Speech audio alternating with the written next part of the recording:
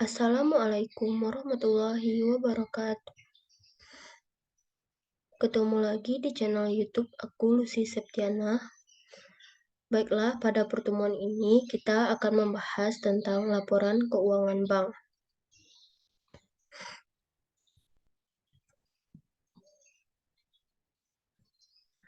Ya, kita masuk ke topik-topik yang akan kita bahas, yaitu ada 4.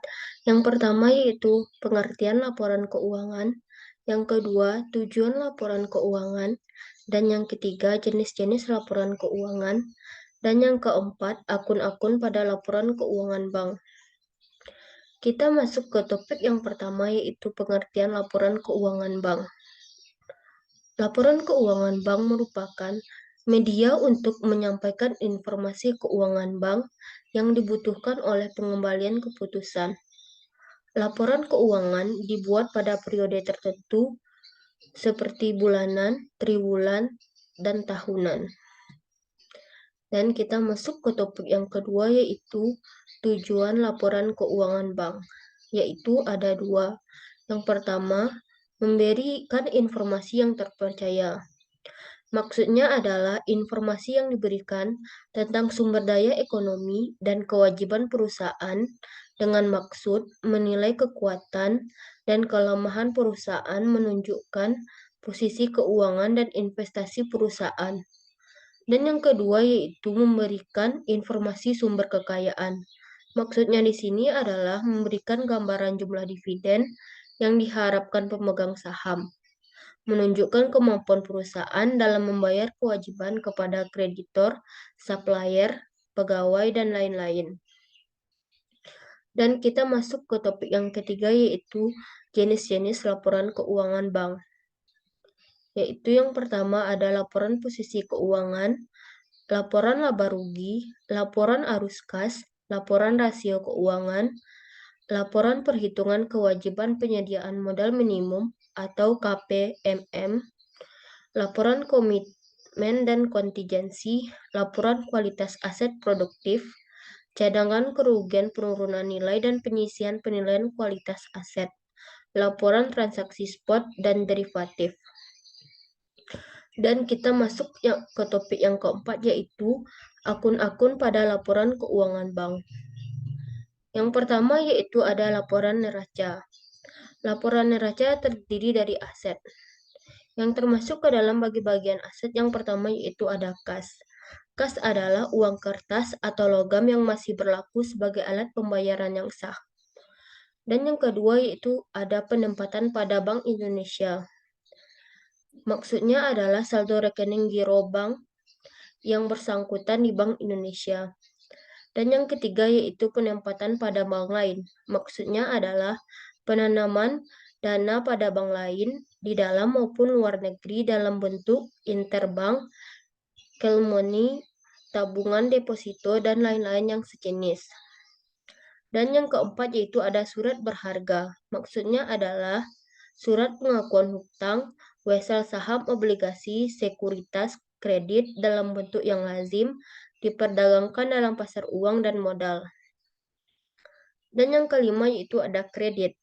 Kredit adalah pinjaman yang diberikan kepada pihak lain yang mewajibkan peminjam untuk melunasi hutangnya setelah jangka waktu tertentu. Dan yang keenam yaitu ada pembiayaan syariah. Pinjaman yang diberikan dengan menggunakan akad mudharabah atau bagi hasil. Dan yang ketujuh yaitu ada pernyataan.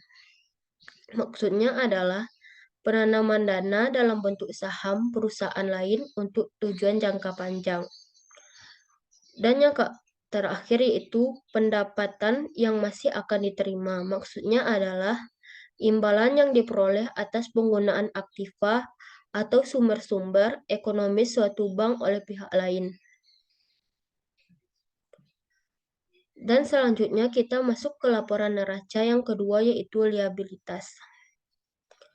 Yang pertama yaitu ada giro. Giro adalah simpanan pihak lain pada bank yang dapat diambil setiap saat dengan menggunakan cek, ATM, surat perintah pembayaran, atau dengan cara pemindah bukuan. Dan yang kedua yaitu ada tabungan. Tabungan adalah simpanan pihak lain pada bank yang dapat diambil dengan syarat-syarat tertentu, tidak dapat diambil dengan cek, atau yang dapat dipersamakan dengan itu. Dan yang ketiga yaitu ada simpanan berjangka. Simpanan berjangka adalah simpanan pihak lain pada bank yang penarikannya dapat dilakukan setelah jangka waktu tertentu. Dan yang keempat yaitu ada pinjaman dari Bank Indonesia, dan yang kelima pinjaman dari bank lain, dan yang keenam yaitu ada surat berharga yang diterbitkan, dan yang ketujuh ada kewajiban segara lainnya. Dan laporan neraca yang ketiga yaitu ada modal. Modal terdiri dari yang pertama modal di setor, yang kedua cadangan umum, dan yang ketiga laba tahun lalu. Selanjutnya kita masuk ke akun-akun pada laporan keuangan bank yaitu laporan laba rugi. Terdiri dari pendapatan operasional bank. Sebelumnya kita masuk ke pengertian laporan laba rugi. Laporan laba rugi adalah laporan yang menunjukkan hasil usaha yang diperoleh selama satu periode tertentu, yang terdiri dari pendapatan operasional bank. Maksudnya adalah pendapatan yang diterima dari kegiatan pokok perbankan, terdiri dari pendapatan bunga. Pendapatan bunga adalah pendapatan bunga dari kredit yang diberikan maupun dari penempatan pada giro, deposito, obligasi, atau surat berharga lainnya. Dan yang kedua yaitu ada pendapatan provisi dan komisi yang terbagi dari komisi dan provisi. Komisi adalah imbalan yang diterima atas pemberian jasa tertentu, misal komisi transfer. Yang kedua yaitu provisi. Provisi adalah imbalan yang diperhitungkan bank sehubungan jasa yang diberikan dalam pelaksanaan transaksi, misalnya provisi kredit. Dan yang ketiga yaitu ada pendapatan operasional selain bunga. Adalah pendapatan lain yang merupakan hasil langsung dari kegiatan bank lainnya.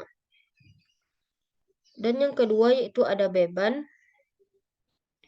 Terdiri dari beban bunga, kerugian penurunan nilai aset keuangan, beban tenaga kerja.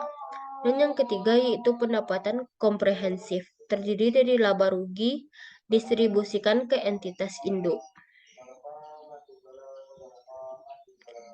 Selanjutnya kita masuk ke akun-akun pada laporan keuangan bank yaitu laporan komiten dan kontingensi. Sebelumnya kita akan mengetahui apa itu komitmen. Komitmen adalah suatu ikatan atau kontrak berupa janji yang tidak dapat dibatalkan secara sepihak dan harus dilaksanakan apabila persyaratannya terpenuhi. Komitmen terdiri dari tagihan komitmen. Tagihan komitmen adalah komitmen yang diterima dari pihak lain dan akan menimbulkan suatu tagihan bagi bank sendiri. Contohnya komitmen pinjaman yang terima dan belum digunakan. Yang kedua yaitu ada kewajiban komitmen. Adalah komitmen yang diberikan kepada nasabah atau pihak lain. Contohnya komitmen kredit yang diberikan dan belum ditarik. Dan yang kedua yaitu ada kontingensi. Sebelum kita masuk ke bagian kontingensi, kita masuk ke pengertiannya. Kontingensi adalah keadaan yang masih diliputi ketidakpastian mengenai kemungkinan memperoleh laba atau rugi oleh suatu bank. Laporan kontingensi berisi transaksi yang mengandung persyaratan yang menimbulkan tagihan dan kewajiban kontingensi. Komitmen terdiri dari yang pertama yaitu tagihan kontingensi. Tagihan kontingensi adalah tagihan bersyarat bergantung terjadi atau tidak terjadinya satu atau lebih peristiwa di masa yang akan datang. Dan yang kedua yaitu ada kewajiban kontingensi. Maksudnya adalah kewajiban bersyarat tergantung terjadi atau tidaknya terjadi satu atau lebih peristiwa di masa yang akan datang. Dan kita masuk ke akun-akun pada laporan keuangan bank yaitu laporan arus kas. Sebelumnya kita mengetahui apa itu laporan arus kas. Laporan arus kas adalah laporan yang menggambarkan penerimaan dan pengeluaran kas selama periode tertentu. Laporan arus kas dikelompokkan dalam aktivitas operasi. Aktivitas operasi di sini adalah berkaitan dengan kegiatan operasional perusahaan seperti kegiatan penjualan, pembelian bahan, promosi, dan lain-lain, yang terdiri dari laba rugi bersih, penyusutan aktiva tetap, laba penjualan aktiva, amortisasi biaya emisi saham ditangguhkan, perusahaan aktiva, dan kewajiban operasi, yang terdiri dari penempatan pada bank lain, surat berharga, kredit, giro, tabungan, dan deposito.